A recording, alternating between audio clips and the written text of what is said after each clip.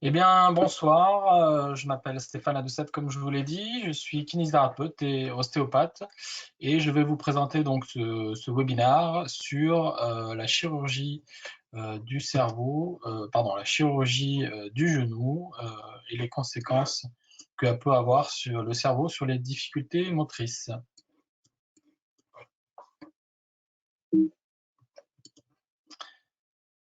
Eh bien, on va tout de suite commencer. Donc, qu'est-ce que nous pouvons retrouver donc, comme difficulté dans les genoux post-opératoires? Plusieurs choses. Nous pouvons avoir donc des sidérations quadricipitales assez fréquentes, et ce sont celles qui d'ailleurs sont le plus étudiées, notamment dans les ligamentoplasties de genoux.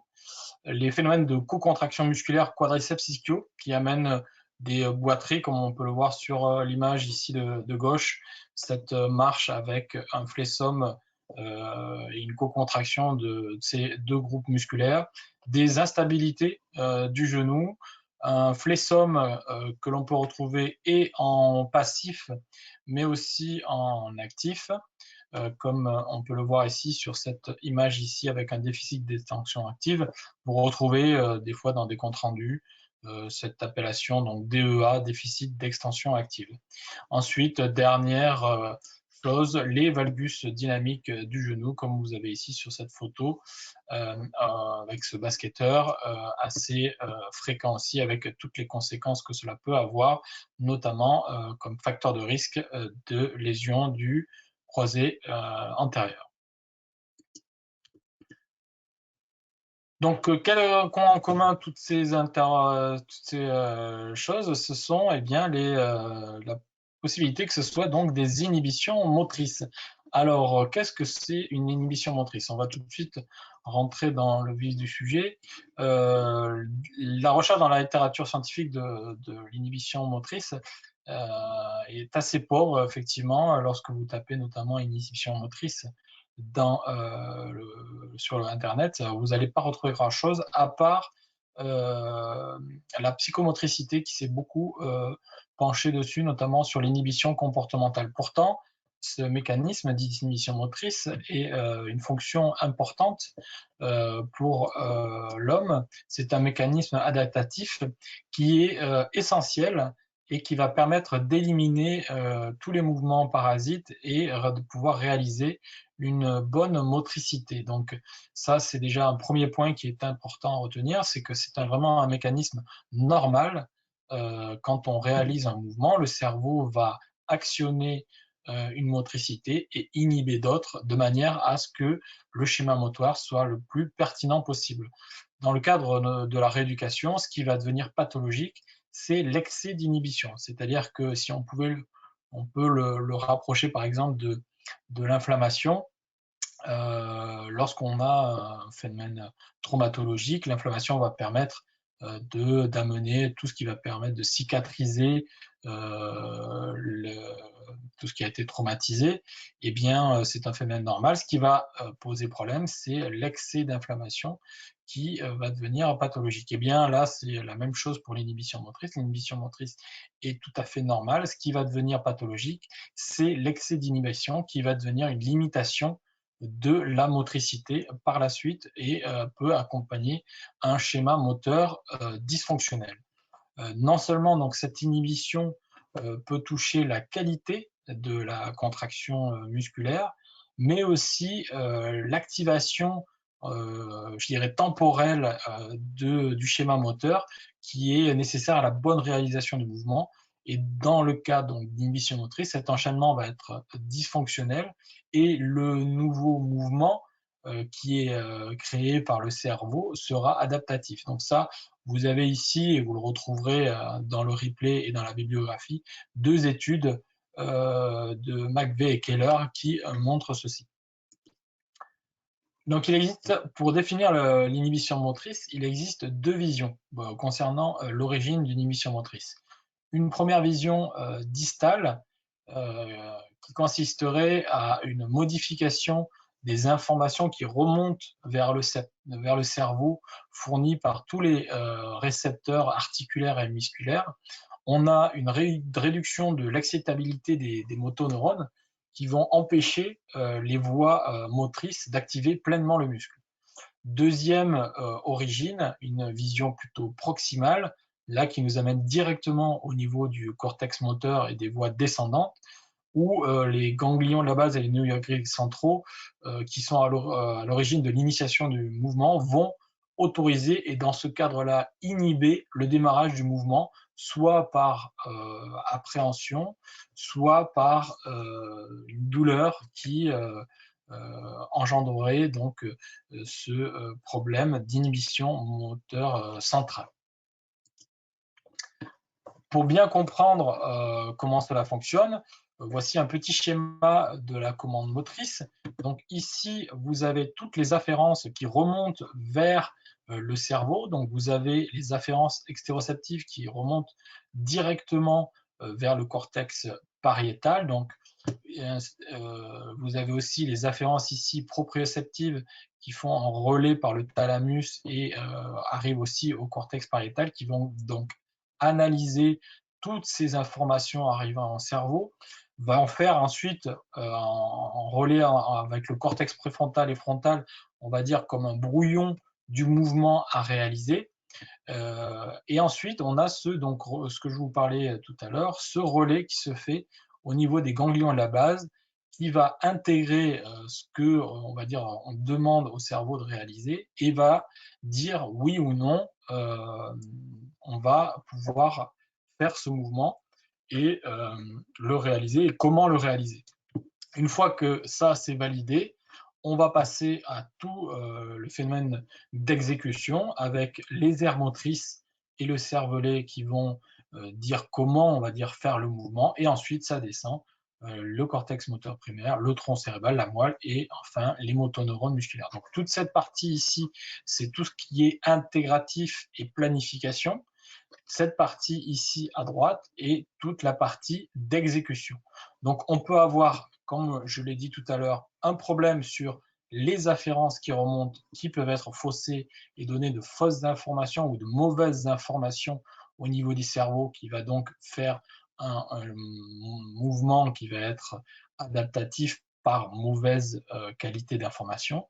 Ou alors, on a, deuxième possibilité, ici, au niveau de la planification et de l'intégration et de la commande de la réalisation, un blocage, ce qu'on appelle l'inhibition motrice d'origine centrale, qui va dire, eh bien non, je ne vais pas faire ce mouvement comme ça, je vais le faire différemment parce que soit la dernière fois c'était douloureux ou il y a une appréhension à se resservir d'une partie du corps et donc du coup ensuite on a un chemin moteur qui va être dysfonctionnel. Quelles sont les conséquences donc du coup de cette inhibition dans la rééducation? Il y a plusieurs conséquences.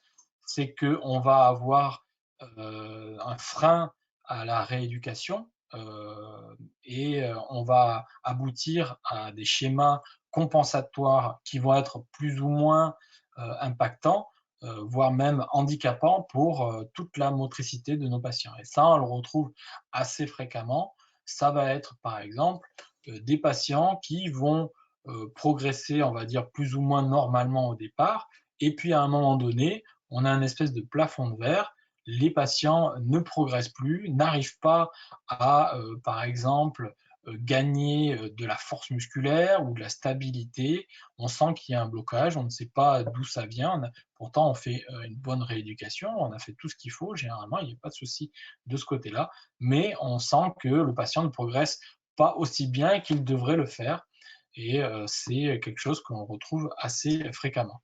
Donc, comme type de conséquences et qui peuvent vous faire penser à des inhibitions motrices, vous en avez plusieurs.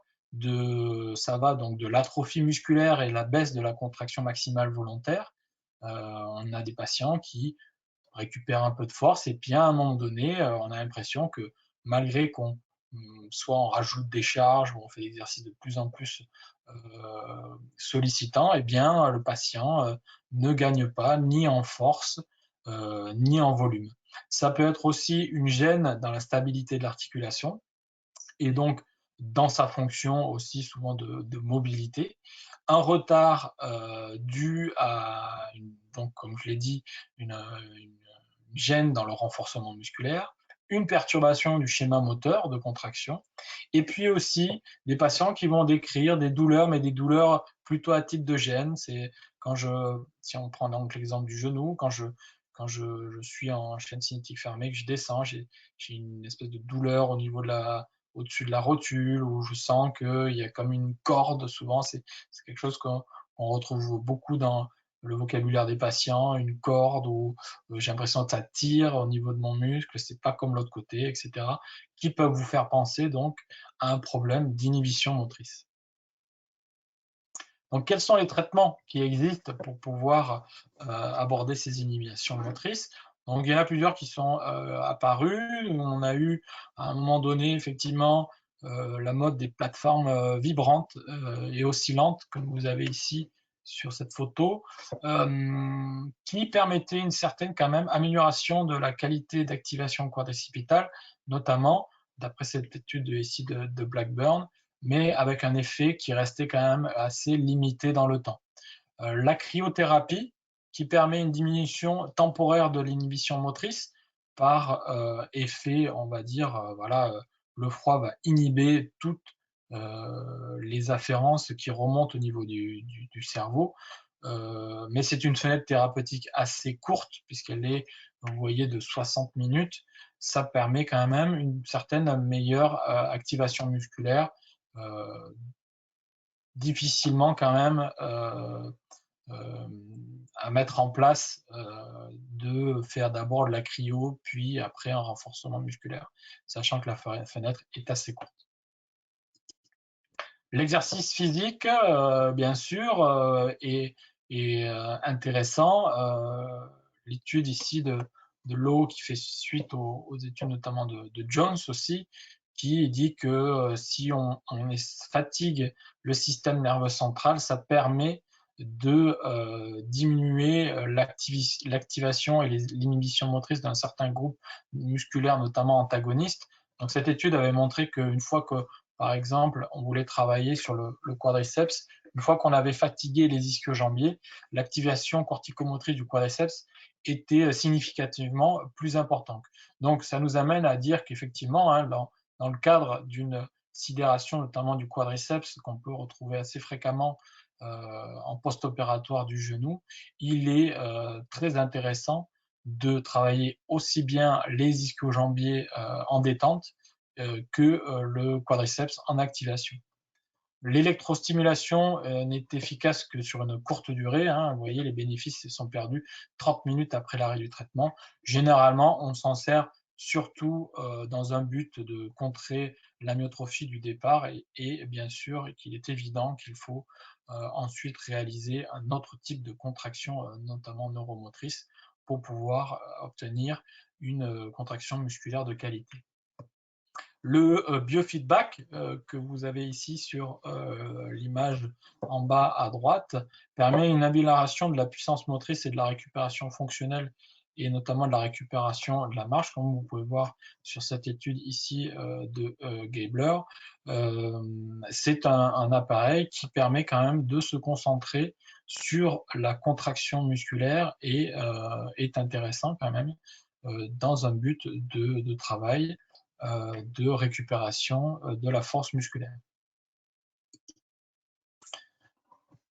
Ensuite, bien nous, ce que nous proposons avec la méthode de prise en charge à Liane, c'est un nouveau type de travail de reprogrammation neuromotrice que l'on va voir ici dans cette partie. On se base sur les capacités physiologiques du cerveau, de ce qu'on appelle, on entend beaucoup parler de neuroplasticité. Donc cette neuroplasticité, elle résulte de l'activité de l'individu à pouvoir avoir une réorganisation spontanée des voies et des connexions au niveau du cerveau, qui sont dans un premier temps perturbées suite à une traumatologie, mais qui conservent une certaine capacité à se réorganiser une fois que l'on les a stimulés et qu'on les a réorientés sur un nouveau type de schéma moteur. Donc pour corriger un mouvement, comme on l'a mis en bas, il faut d'abord désapprendre ce que l'on fait, donc le mauvais schéma moteur, pour réapprendre ensuite un nouveau schéma moteur qui est difficilement réalisable au niveau moteur, mais facilement réalisable, et on va le voir, au niveau mental. Donc la reprogrammation neuromotrice, qu'est-ce que c'est? Eh bien, c'est un procédé neurophysiologique qui permet de modifier, voire corriger ou acquérir carrément un automatisme moteur qui serait déficient. Pour cela, on va se servir de plusieurs choses, d'un triptyque qui est basé sur les sensations proprioceptives, l'imagerie mentale aussi, et les sons de basse fréquence. Donc on va un peu détailler tout ça. Dans un premier temps, on va faire un diagnostic des inhibitions motrices que l'on retrouve. Donc cela, ça passe par un testing musculaire assez bien codifié, que l'on peut retrouver type 0 à 5, qui permet de savoir quel secteur pose problème. On fait beaucoup de photos et vidéos pour voir un petit peu en posture déjà comme la personne se tient, mais aussi comment il arrive à exécuter un geste et tous les systèmes de compensation mis en place par le patient s'il n'arrive pas à faire correctement le geste. Donc déjà, dans ce premier temps d'analyse de bilan, on fait beaucoup ressentir et verbaliser le patient sur comment il arrive à faire un mouvement, où est-ce qu'il sent par exemple la contraction, comment il sent qu'il arrive à, par exemple, contracter son quadriceps par rapport au côté opposé. Alors vous allez avoir souvent des patients qui vont vous verbaliser une différence dans le sens où je sens que ce côté, c'est très global, le côté où ça marche. De l'autre côté, je sens une partie, mais pas l'autre. Souvent, c'est le vaste interne qui pose problème, et donc ils vont dire, bah, tiens, à l'intérieur, je ne sens pas bien se contracter mon muscle. Donc voilà, tout ça, ça va orienter vers une inhibition motrice, notamment là, du vaste interne.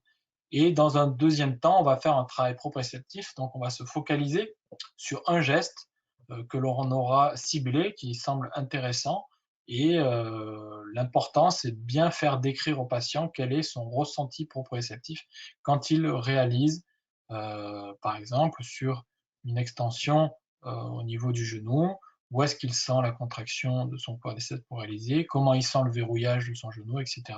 Voilà, tout ça, on va le recueillir et va faire partie du temps de travail proprioceptif. Deuxième triptyque de la méthode, c'est l'imagerie mentale. Donc l'imagerie mentale, elle a comme qualité de permettre de travailler hors action, c'est-à-dire qu'on n'a pas besoin de réaliser le geste pour pouvoir le faire mentalement. Et pourtant, il existe une équivalence neurofonctionnelle entre l'imagination et l'exécution. Vous avez cette ici étude qui est devenue assez célèbre parce que c'était l'une des premières à le montrer, donc d'Anakawa, qui a stimulé des motoneurones ici en haut que vous avez en jaune, et grâce à l'imagerie fonctionnelle du cerveau, a pu voir où est-ce que s'allumer les différentes aires, notamment ici sensitivo-moteur, au niveau du cerveau. Ensuite, il a fait réaliser une image mentale, une image motrice du patient, et dernière phase, il a fait réaliser le mouvement et il a superposé donc toutes ces images fonctionnelles, et il a pu démontrer que l'image motrice et le mouvement a lui-même les mêmes aires motrices au niveau du cerveau et les mêmes connexions neuronales. Donc l'avantage, je vous l'ai dit, donc de l'imagerie mentale, donc c'est de permettre de travailler hors action. Donc si par exemple on a un mouvement qui est douloureux, où il y a une gêne, eh bien on ne le retrouve plus bien sûr mentalement. Et aussi ça permet de faire une image mentale d'un mouvement le plus parfait possible, tout en activant donc les mêmes connexions neuronales que si on réalisait le mouvement. Dernière partie, ce sont les sons de basse fréquence. Donc on se sert de sons de basse fréquence de manière de deux types. Les sons qu'on appelle pulsés qui permettent de mettre le patient dans un état de relâchement. Euh, le cerveau fonctionne donc avec des ondes alpha, bêta, gamma. Bêta, c'est le sommeil léger, gamma, le sommeil profond. Et ce qui nous intéresse, c'est le mode alpha. Le mode alpha, c'est le mode que l'on appelle d'hypovigilance du cerveau. C'est, si on voulait donner une image, par exemple, c'est par exemple, vous êtes sur l'autoroute, vous êtes en train de conduire, et vous êtes en train de réfléchir à quelque chose, et vous vous apercevez que vous avez passé plusieurs kilomètres sans vous rendre compte que la route a défilé parce que vous étiez concentré sur quelque chose. Mais c'est exactement ça, c'est-à-dire que le cerveau est focalisé sur une tâche, il n'en oublie pas pour autant tout ce qu'il y a autour, parce que si jamais une voiture freine devant, ben vous allez vous en rendre compte et vous allez réagir. Donc le cerveau est toujours en mode vigilance, mais il est dans un état, on va dire, de relâchement. Et ça, c'est intéressant parce que les aires motrices du cerveau travaillent sur ce mode alpha. Quand les ondes alpha au niveau des aires motrices sont actionnées, le cerveau focalise son attention sur le mouvement qu'il est en train de réaliser. Et donc, ce que l'on fait quand on fait ces sons de basse fréquence, on met le patient et en hypovigilance et en hyperactivation de ses aires motrices de manière à intégrer le plus profondément ce que l'on va faire dans la séance de reprogrammation neuromotrice. Le deuxième type de son, qu'on appelle le son associé, c'est un son choisi par le patient au tout départ de façon tout à fait subjective et qui va accompagner le patient dans son travail. C'est-à-dire qu'à chaque fois qu'on veut intégrer quelque chose de précis, on va actionner ce son qui est de très basse fréquence, entre 50 et 150 Hz. Et par exemple, j'ai un patient qui en parlait très bien, c'est-à-dire que le fait de le mettre en état de relâchement fait qu'il me disait j'ai l'impression de un peu mon cerveau partait un petit peu dans tous les sens. Et puis à chaque fois qu'il y avait mon son qui passait, hop, de nouveau j'étais concentré sur ce que tu venais de me dire. Donc c'est vraiment ça à quoi sert ce son associé. Donc, comment se passe une séance? On va faire, donc, comme je vous l'ai dit, d'abord un bilan où on va diagnostiquer des inhibitions motrices à travailler. Ensuite, on va faire un travail proprioceptif, comme je vous l'ai dit, d'abord du côté pathologique. Par exemple, si on a un problème au niveau quadricipital à droite, on va faire ce travail proprioceptif du côté droit dans un premier temps. On va faire réaliser le mouvement, on va lui faire décrire les sensations. Donc ça va être j'ai du mal à contracter, je sens pas bien toute la globalité de mon quadriceps. Il y a une espèce de tiraillement, comme une corde, c'est assez sensible quand je réalise, etc., etc. Ok. Une fois qu'il a bien fait et décrit, on lui fait faire une image mentale, ce qu'on appelle l'image mentale négative, c'est-à-dire que le patient va s'imaginer en train de faire le mouvement que l'on vient de décrire, sans le réaliser, bien sûr. Et une fois qu'il l'a bien en tête, donc il nous le dit, on va mettre le patient, ce qu'on appelle, donc je vous l'ai dit tout à l'heure, en hypovigilance, en le mettant sous ses sons de basse fréquence et en faisant aussi une séance de relâchement basée sur un peu la sophrologie. Une fois que le patient est en hypovigilance, qui est donc en hyperactivation de ses aires motrices, là, on va faire un travail proprioceptif du côté sain. Donc là, ça sera dans mon exemple du côté gauche. On le fait réaliser la contraction du quadriceps gauche. Donc il va dire, bien, j'ai l'impression que c'est fort, c'est puissant, je sens bien mon muscle bien se contracter. Il n'y a pas de tiraillement comme il peut y avoir de l'autre côté. Vous allez faire donc cette image mentale positive. Donc le patient ferme les yeux, il s'imagine en train de faire cette contraction du côté gauche. Une fois qu'il l'a bien en tête, on lui demande de lever la main et on va l'ancrer avec notre son d'ancrage comme on l'a vu tout à l'heure. Une fois qu'il l'a bien en tête, on va effacer le côté pathologique. On va lui demander d'effacer tout le côté pathologique. Une fois aussi qu'il l'a réalisé, on va faire la vraie reprogrammation. Donc on se sert de ce qu'on appelle de neuromiroir, c'est-à-dire que les sensations du côté gauche, donc sain, on va les transposer du côté droit. Ça, donc c'est toute une technique. Et une fois qu'il l'a bien intégré, eh bien on reteste directement la contraction du côté pathologie. Et voilà, c'est souvent assez bluffant. Bluffant dans le sens parce que c'est un effet on-off qui peut être des fois un petit peu surprenant pour le patient, mais ne l'est pas tant que ça, puisque en fait, on a juste remontré au cerveau qu'il pouvait le faire sans problème, et une fois qu'il lui l'a acté, bien, de suite, il arrive à le retranscrire et à le faire.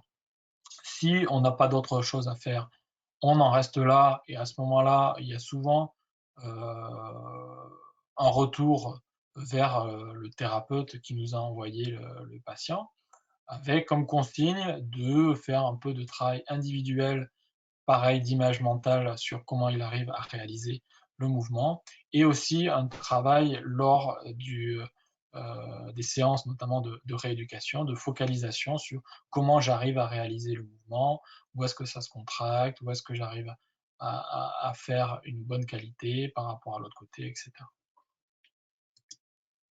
Quelles sont les limites de la reprogrammation neuromotrice? C'est une capacité cognitive très dégradée, donc ça, on va le retrouver surtout en neurologie, où on va avoir des patients qui vont avoir du mal à comprendre les consignes ou à les verbaliser. Donc ça ne touche pas souvent la traumatologie, bien qu'on peut avoir les deux associés.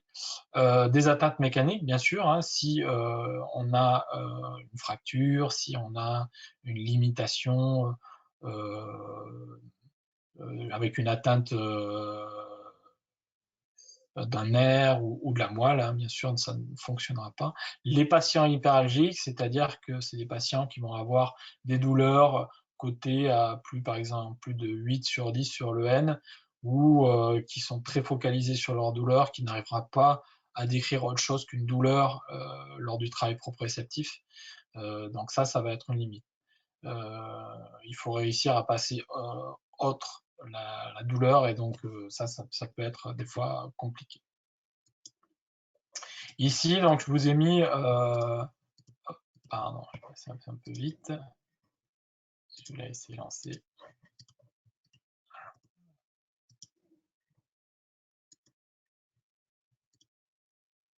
Alors, ça ne fonctionne pas le début. Hop, je reviens.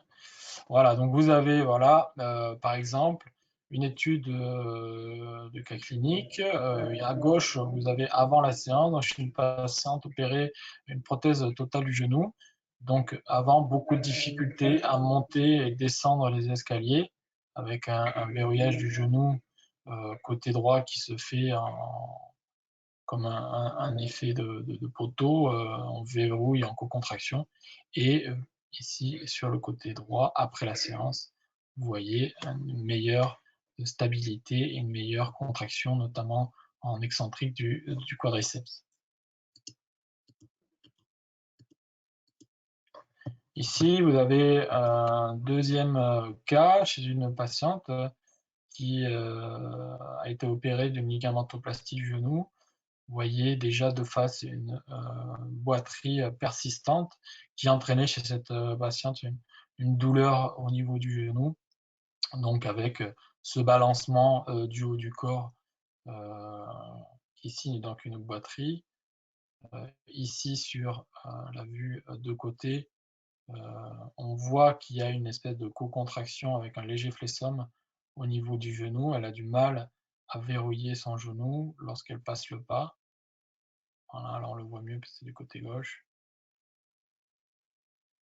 Et ensuite, sur la montée-descente des escaliers, on voit un problème de stabilité au niveau de ce genou, avec une difficulté à monter dans le passage au niveau du genou gauche.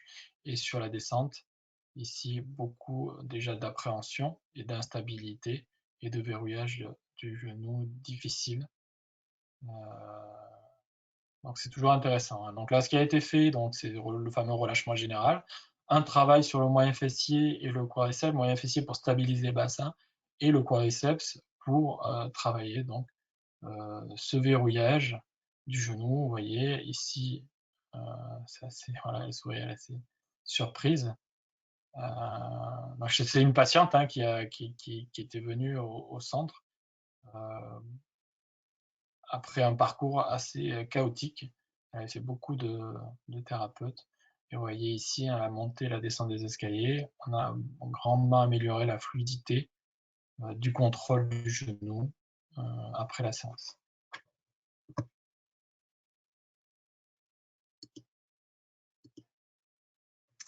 Donc la reprogrammation neuromotrice, ben, on le voit, elle s'adresse à une grande majorité de patients, hein. Ça permet surtout de récupérer, alors, et plus vite chez des patients qui sont un petit peu, comme je vous l'ai dit au tout début de ce webinaire, en difficulté, et ce fameux plafond de verre, on a l'impression que le patient ne progresse plus à un moment donné.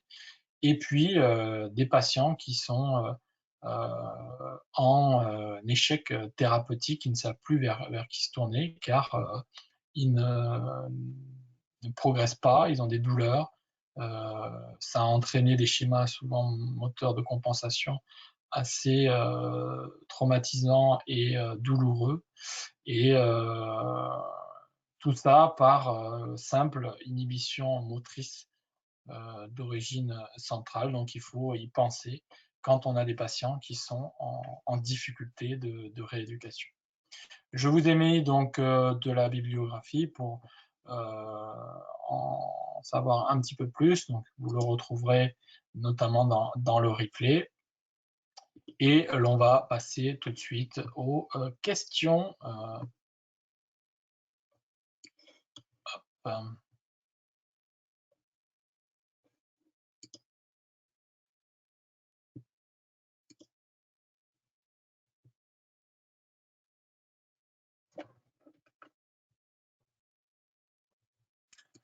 Alors, est-ce que vous avez des questions?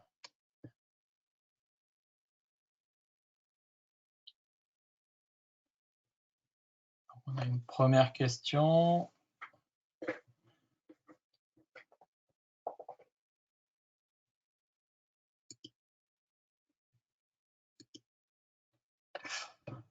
Première question, donc à qui s'adressent préférentiellement ces séances? Eh bien, comme je l'ai dit, hein, ces séances s'adressent à une large majorité de patients, hein. Ça peut aller effectivement souvent des troubles de la sidération du quadriceps. Pour le genou, c'est ce qu'on retrouve le plus souvent. Ça peut être aussi des patients qui vont avoir des boiteries par co-contraction ou des boiteries par faiblesse. Donc là, on a parlé beaucoup du genou, mais ça s'adresse aussi par exemple aux patients qui ont des problèmes de traumatologie d'épaule. Ça, c'est assez fréquent. On peut le retrouver aussi chez des patients qui vont avoir des problèmes d'instabilité de cheville chronique. Ça, c'est assez fréquent aussi. Donc on a beaucoup de patients que l'on traite par instabilité de cheville. Ça va être aussi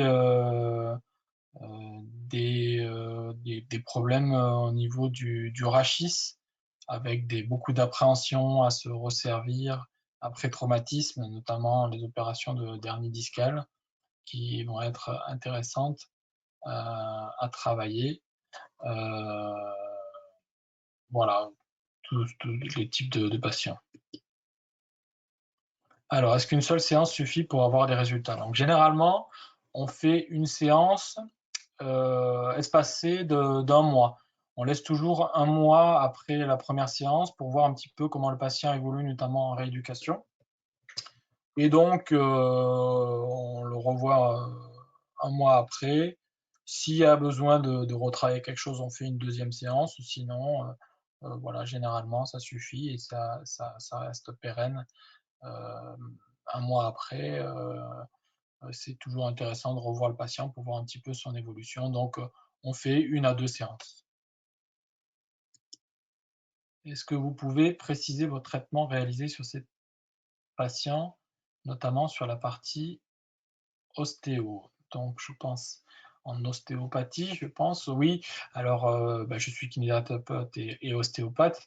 Donc, généralement, lorsque l'on fait un bilan avec le patient, qu'on voit qu'il y a des dysfonctions articulaires, on va d'abord les traiter. Donc, soit on fait d'abord une séance où on va libérer un maximum de mobilité autour de l'articulation. Ça arrive qu'on fasse d'abord toute une séance d'ostéopathie et qu'on revoie le patient par la suite pour faire une reprogrammation neuromotrice. Soit, si c'est quelques dysfonctions assez rapides, on peut le faire juste avant la séance. Autre question, je ne sais pas si vous l'avez indiqué, mais lorsque vous parlez de sons associés choisis par le patient, de quel type sont ces sons? Alors, ces sons, j'en ai parlé, donc ce sont des sons de basse fréquence. Ce sont des sons qui vont, donc, pour les sons pulsés, de 150 à 400 Hz, ce sont ceux qui permettent le relâchement. Les sons d'ancrage sont encore de plus basse fréquence, ce sont des sons entre 50 et 150 Hz.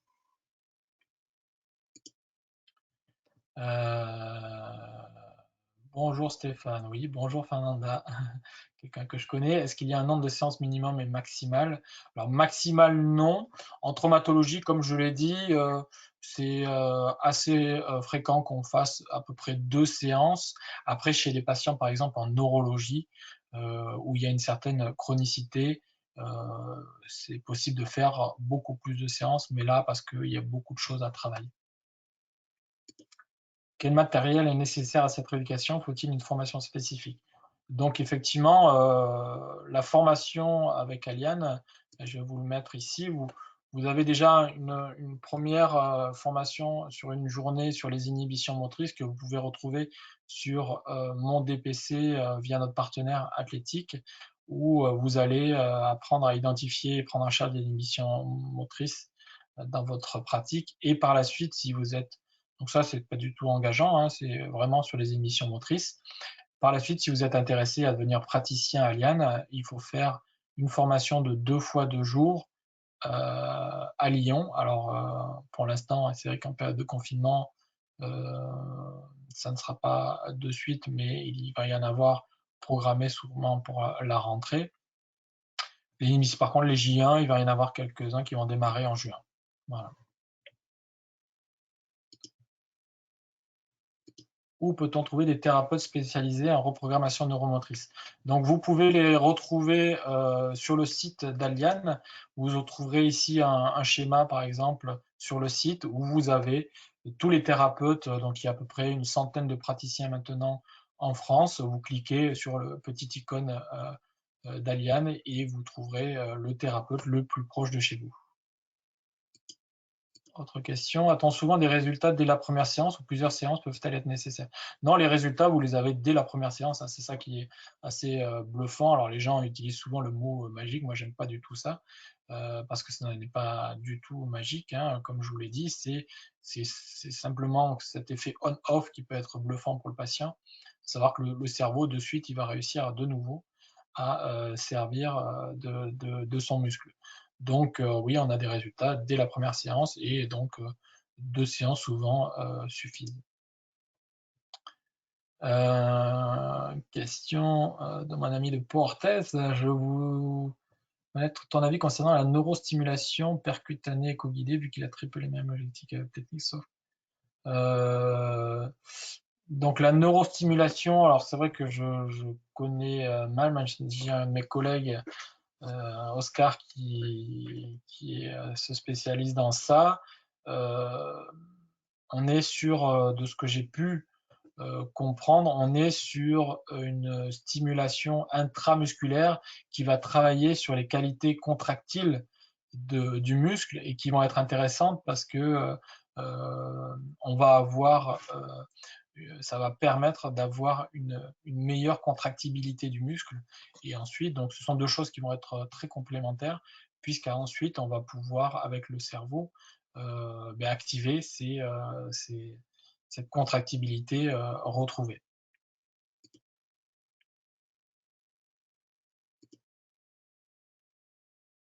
Bonjour, je n'ai pas bien saisi en quoi consistaient les phases d'effacement et de reprogrammation. Donc l'effacement, c'est une des caractéristiques de la méthode de reprogrammation. Donc ça, on le voit lorsqu'on fait la formation, mais je peux quand même vous en dire 2 mots. Mais voilà, en fait, ce qu'on va faire, c'est qu'on va effacer le mauvais schéma moteur au niveau du cerveau. Le fait d'effacer le côté pathologique va faire comme une sorte de reset au niveau du cerveau, et par la suite, en faisant la reprogrammation, donc en se servant du côté sain, comme je vous l'ai dit avec le fameux neuromiroir, cela va venir remplacer le schéma moteur dysfonctionnel. Autre question, existe-t-il des formations portant sur cette base? Voilà, ça j'en ai parlé, donc voilà, c'était ma petite diapositive d'avant. Vous pouvez le retrouver donc sur mon DPC, les formations aux inhibitions motrices sur une journée. Comment l'appliquer dans les suites d'une PTG avec un gros déficit en flexion? Donc effectivement, sur les prothèses totales de genoux, la problématique, elle est souvent de mobilité. Comme je l'ai dit, il est souvent intéressant de d'abord travailler en décontraction, parce qu'un muscle doit avoir deux qualités principales. Il doit savoir se contracter, ça tout le monde en est conscient, mais souvent, notamment les sportifs, on a du mal à leur faire comprendre, c'est un muscle doit savoir aussi se décontracter. Donc, on peut faire très bien un travail que sur le relâchement musculaire, et ça marche très bien. Donc, dans une PTG avec un gros déficit, souvent, on est amené d'abord à travailler en relâchement. Une fois qu'on a récupéré un relâchement assez important, on a déjà une flexion qui va s'en retrouver améliorée, et ensuite on va reprogrammer la flexion en elle-même, parce qu'on peut travailler aussi une gestuelle comme on peut le faire aussi sur un muscle. On va souvent d'ailleurs dans une séance de l'analytique vers le fonctionnel pour ensuite terminer sur une gestuelle sportive pour ceux qui font du sport. Bonsoir, est-ce que le traitement que vous avez décrit correspond-il autant à une inhibition motrice d'origine distale et d'origine proximale? Et bien effectivement, hein, c'est les deux visions dont j'ai parlé. Nous avons cette inhibition motrice d'origine centrale qui peut paralyser le schéma moteur, mais aussi l'inhibition motrice périphérique avec ses mauvaises afférences. Donc on va travailler effectivement sur les deux versants. Autre question, pour avoir une solution à ces inhibitions de type central, on doit forcément passer par un praticien. Non, comme je vous l'ai dit, il existe d'autres types de travail. La reprogrammation neuromotrice avec Eliane, enfin pour moi, hein, vous en doutez, puisque moi je l'utilise, c'est celle qui a les meilleurs résultats et les résultats les plus pérennes, car souvent, quand on fait un travail proprioceptif, ce qui se passe, c'est qu'on obtient des résultats hein, comme on peut l'avoir au départ, mais par la suite, quand on revoit le patient, 1 ou 2 jours après, eh bien, on a une déperdition de ce qu'on avait gagné pendant la séance. Alors que là, le cerveau l'a ancré et donc du coup le maintient. Autre question, un de mes patients qui a 4 mois post-ménisectomie interne ressent un vide et un appui instable. Oui, bah, typiquement, voilà, ça peut être un cas classique de travail en reprogrammation neuromotrice avec des sensations qui se trouvent perturbées au niveau du genou, et on va retrouver des sensations en se servant donc notamment du côté sain pour pouvoir les remplacer et les retrouver. Donc Sébastien, je t'invite à te rapprocher d'un thérapeute sur le site Aliane, et pourquoi pas d'assister à la séance, ça sera sûrement très intéressant. Bonsoir, est-ce que vous pouvez préciser la partie sur la mise en hypovigilance du patient? Donc la mise en hypovigilance, on se sert de techniques de relâchement. Donc déjà le patient est mis sous ces fameux sons de basse fréquence qui vont permettre le passage en mode alpha. Et donc comme on peut obtenir par exemple en méditation. Et on se sert de techniques comme je vous ai dit, de sophrologie, notamment de Schulz, qui vont permettre de mettre le patient en hypovigilance. Autre question, est-ce qu'on peut avoir, suite à une algo, donc je pense que c'est neuroalgodystrophie, oui, ça c'est souvent une indication, parce qu'on a une perturbation du ressenti avec une hyper-exagération, notamment des douleurs. Alors, comme je vous l'ai dit au départ, il ne faut pas que la douleur soit trop présente, donc il faut que le patient comme ça, soit quand même dans une phase où il n'est pas trop douloureux, mais c'est tout à fait une indication. Quelle est l'efficacité de cette technique à grande distance du trauma ou l'intervention? Alors, là, tu as mis entre parenthèses plusieurs mois, années. Oui, moi, d'ailleurs, la première fois que j'ai vu un patient en séance, c'était un patient qui venait 7 ans, pardon, après un traumatisme au niveau de l'épaule. Il y avait une fracture de la tête humérale et qui présentait un déficit de plus de 60 degrés au niveau de l'élévation de l'épaule. Et en une séance, il a récupéré quasiment la totalité 7 ans après. Donc, on peut très bien avoir une efficacité même à très longue distance. Qu'entendez-vous par effacer le côté pathologique lors de l'imagerie mentale? Donc, j'en ai parlé tout à l'heure, carrément, hein, on efface le membre, on demande que le patient de voir son corps sans tout son côté pathologique. Autre question. Je n'ai pas pu assister au début de la séance, hein, c'est pas grave. Est-ce qu'il y a un lien avec les réflexes archaïques? Au départ, non, il n'y a pas de lien, mais pour en avoir parlé avec beaucoup de mes collègues qui le faisaient, il pourrait y avoir beaucoup à faire ensemble. Il est prévu d'ailleurs que je fasse une séance avec quelqu'un qui est formé au réflexe archaïque pour pouvoir voir comment on peut. Ça permettrait, de ce que m'a dit, moi je ne suis pas spécialiste des réflexes archaïques, mais la personne avec qui j'en avais discuté, pour lui, ça serait intéressant parce que ça permettrait d'intégrer plus rapidement tout ce qu'il fait dans ses séances sur les réflexes archaïques. Donc, à suivant. Est-ce qu'il faut la machine des sons pour faire une séance de reprogrammation neuromotrice? Oui, donc cette fameuse machine, l'AlphaBox, elle est comprise dans votre formation quand vous devenez praticien Aliane. Elle est brevetée, c'est une machine qui a passé les tests d'appareil médical. Voilà. Donc ça, vous ne l'avez que si vous faites la formation de praticien. Quel est le temps et le coût d'une séance? Le temps, généralement, il est. Alors, si c'est un patient que vous connaissez bien, vous avez déjà fait le bilan et vous voulez juste faire une reprogrammation, on peut très bien le faire en une demi-heure. Généralement, par contre, les séances vont de 3/4 d'heure à 1 heure, comme on peut retrouver, par exemple, pour moi, dans une séance d'ostéopathie. Les séances qui dépassent l'heure, c'est souvent des séances plus de neurologie où il y a beaucoup de travail qui peuvent aller des fois jusqu'à 2 heures.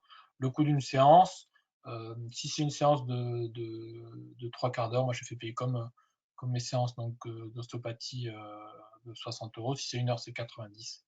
Voilà. Accueillez-vous des stagiaires au sein de votre centre? Alors, il faudra poser la question directement au centre Aliane à Lyon. Je ne sais pas s'il y a des stagiaires, hein. Est-ce que sur une épaule, c'est le même déroulement ou spécifique au genou? Non, c'était exactement le même déroulement. Les séances, de toute façon, restent les mêmes pour tout type de prise en charge. Ce qui va changer, bien sûr, c'est le bilan et les tests diagnostiques qui vont varier en fonction de ce que l'on veut travailler. Est-ce qu'il y a une prise en charge remboursement? Pour l'instant, non, c'est hors sécurité sociale. Il y a des pourparlers, je sais, avec des mutuelles qui seraient intéressées à pouvoir rembourser ce type de séance, mais pour l'instant, c'est en stand-by à cause du confinement. Combien de temps dure la séance? Donc, je lui ai répondu. Est-ce que cette formation est-elle accessible aux ostéopathes exclusifs? Oui, bien sûr. J'ai des collègues ostéopathes qui sont formés et qui sont aussi formateurs de cette méthode. Bonsoir, si vous constatez un mauvais schéma moteur en préopératoire, est-ce que vous préconisez une séance avant l'opération? Alors moi, je reste persuadé qu'il y a beaucoup de travail à faire en préopératoire qui permettrait de gagner du temps en post-opératoire. Donc, Julien, je suis tout à fait d'accord avec toi en disant qu'il y aurait beaucoup à faire en séance, notamment en termes de qualité de contraction avant l'opération. Bonsoir, est-ce qu'en tant qu'ostéopathe, vous a amené à utiliser ce type de prise en charge? Oui, alors beaucoup. Moi, je le retrouve souvent, notamment dans les suites, par exemple, de blocage, notamment au niveau du dos, où malgré que le patient a récupéré de la mobilité, il y a beaucoup d'appréhension à se resservir, notamment du rachis. Et il m'arrive assez fréquemment d'enchaîner les deux séances, de faire une séance de reprogrammation derrière pour lever l'inhibition que peut avoir le cerveau à se resservir d'une partie du corps qui a été traumatisée.